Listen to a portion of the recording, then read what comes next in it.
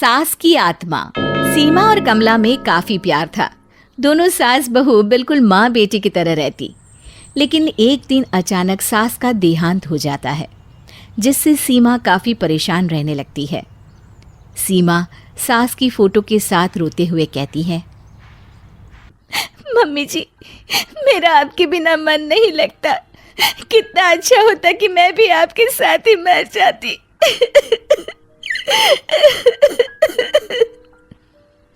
तभी वहां सीमा का पति आ जाता है।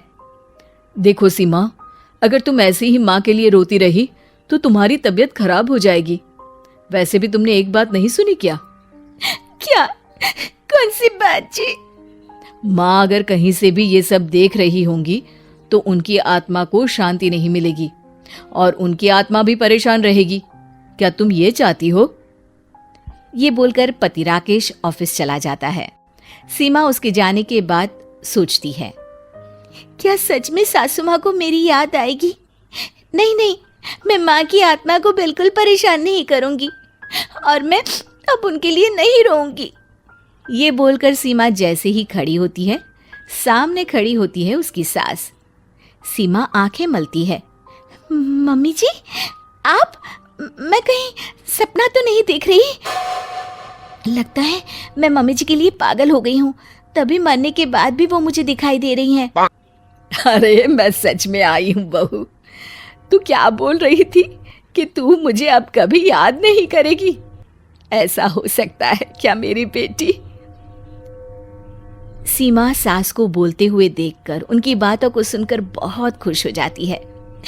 माँ!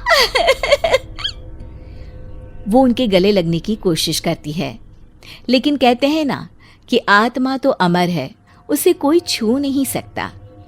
ओ माँ, मैं तो भूल ही गई कि ये आपकी आत्मा है। पर कोई बात नहीं, आप मुझसे बात कर रही है, यही बहुत है।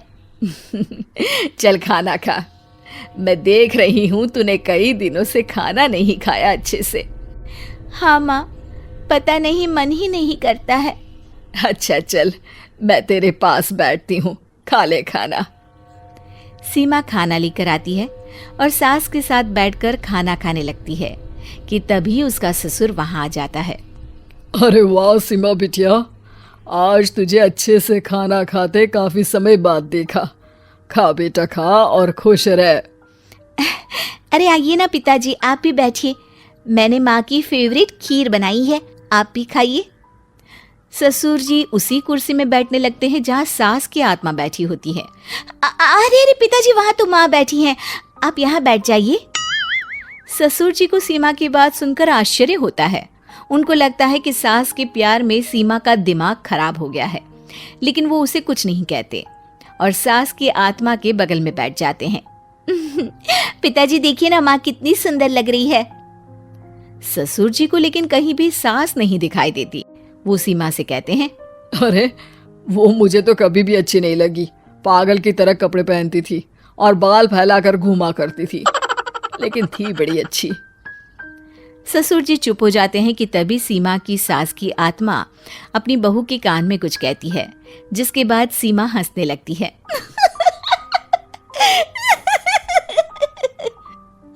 क्या हुआ बेटा? पिताजी, आपको तो सासू माँ पर लाल रंग की साड़ी बहुत अच्छी लगती थी और बाल खुले रखने के लिए तो आप ही कहते थे, वरना उन्हें तो खुले बाल पसंद ही कहाँ थे। ससुर जी आश्चर्य में पड़ जाते हैं कि आखिर बहू को ये सब पता कैसे चला। लगता है तेरी सास तुझसे सारी बातें शेयर करती थी। अरे नहीं पिताजी, वो तो माँ ने अभी अभी मुझे ये बात बताई है। ससुर जी को लगता है कि सीमा को गहरा सदमा लगा है, इसीलिए वो ऐसी बातें कर रही है।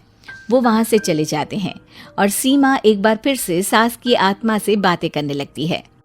सीमा के अंदर के बदलावों को देखकर उसका पति भी खुश हो जाता है कि वो समय पर खाती, आराम करती और हमेशा मुस्कुराती रहती। लेकिन एक दिन सीमा की सास की आत्मा उसके पास आती है। सीमा, मैं तुमसे कुछ कहना चाहती हूँ। हाँ सासू माँ, कहिए ना, क्या हुआ? जब मैं जिंदा थी तो कई बार हम दोनों के बीच लड़ाई भी होती थी, है ना? हाँ सासू माँ, वो तो मैं भी सोच रही थी। लेकिन मैं कितनी खराब थी कि आपसे कई हफ्ते या महीने बात नहीं किया करती थी। नाराज़गी में मैंने वो वक्त बर्बाद कर दिया जो मैं आपसे और बातों में बिता सकती थी। हाँ, तुझे कहाँ पता था कि मैं मर जाऊंगी बेटा। नहीं नहीं माँ, मैं तो कभी सपने में भी नहीं सोच सकती कि आप नहीं रहोगी। देख बेटा, हम यही गलती करते हैं, किसी के जीते जी उसके साथ एक पल भी नहीं बिताते और उसके जाने के बाद उसके लिए परेशान रहते हैं। लेकिन हर कोई हर किसी के साथ हमेशा तो नहीं रह सकता ना। हाँ माँ, आप सही कह रही हैं। और जब तक हम उस व्यक्ति के साथ हैं जिसे हम प्यार करते हैं, हमें उसके जीते जी उसे ये एहसास करा देना चाहिए कि वो हमारे लिए कितना खास है। हाँ, वरना उसके जाने के बाद तो सिर्फ पछतावा ही रह जाता है।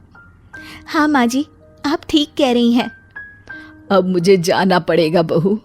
मैं जो समझाना चाहती थी वो शायद तुम और ये कहानी देखने वाले हर शख्स की समझ में आ गया होगा।